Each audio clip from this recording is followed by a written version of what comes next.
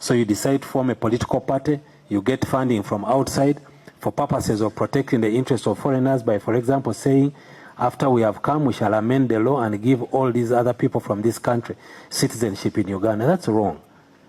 So you become an agent of those people. And that's what the law is saying. The law is saying just register, come and do it, and feel free to act accordingly. So the scope of the act, as stipulated in clause 2, is exactly how far it goes. It will not apply to funds received by private persons, commercial entities, for family purposes. If I'm receiving money from a foreigner for purposes of doing my business, that has nothing to do with the scope in clause 2. So that cannot be foreign. That cannot be, you cannot become an agent of a foreigner for that. So it can only be in that scope. So the act will only apply to funds that are meant to fund the activities listed in clause 2.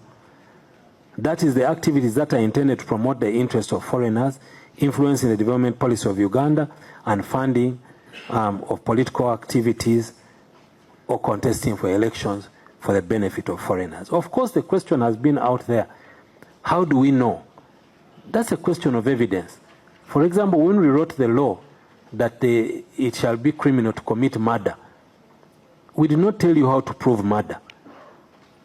If you stab by the knife, we go and get the evidence, the DNA, in order to prove that you committed that offense. So even if a person received funding from a foreigner and it is meant for these purposes, it is incumbent upon government, if they intend to prosecute that person under this law, to get the evidence to confirm that that person actually brought those funds for that purpose.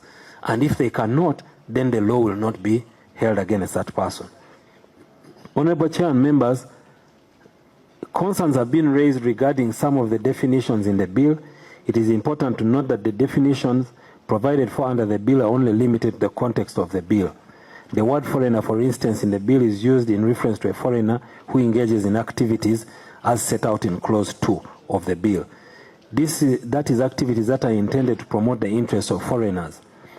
So further, the inclusion of Ugandan citizens residing outside Uganda in the definition of a foreigner is only limited to instances of where a Ugandan citizen residing outside Uganda is engaged in activities under clause 2 of the bill, and that does not affect their citizenship. Honorable colleagues, maybe just to emphasize this, because it has been a matter of grave concern in the public domain. Of course, the committee will look at it, and we will all look at it, and if there is clarity that needs to be made, we make the clarification. We are saying, for example, if a Ugandan citizen has $100,000 and is in America or in Sweden or in another country outside Uganda, and he decides to spend that money to support his local MP in an election, that's not an action of a foreigner. That's him acting for himself. But if that Ugandan had $100,000 and in concert with foreigners said, let us install a particular MPX for purposes of doing this activity, that person becomes an agent of a foreigner. So even you in Uganda here, if you're in Uganda here and you get money to support an MP, but you get that money for purposes of supporting the interests of a foreigner, you become an agent of a foreigner. So this has nothing to do with citizenship. It has everything to do with the action that you're doing, the purpose for which you're doing that action. And I'm sure the committee will look at it, and if need be, we can correct, clarify, amend, whatever it is, so long as the purpose is not lost. The purpose is, it is not to take away the citizenship of that person, but it is to tell all of us, do not act for the interest of a foreigner. But every Ugandan should be at liberty to participate in the affairs of this country as long as they are acting for their own interest as Ugandans. We have our cultural values.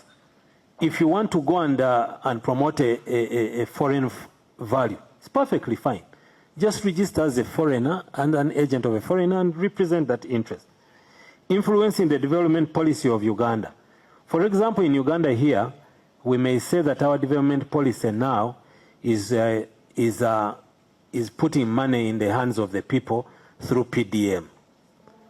But you may have a different view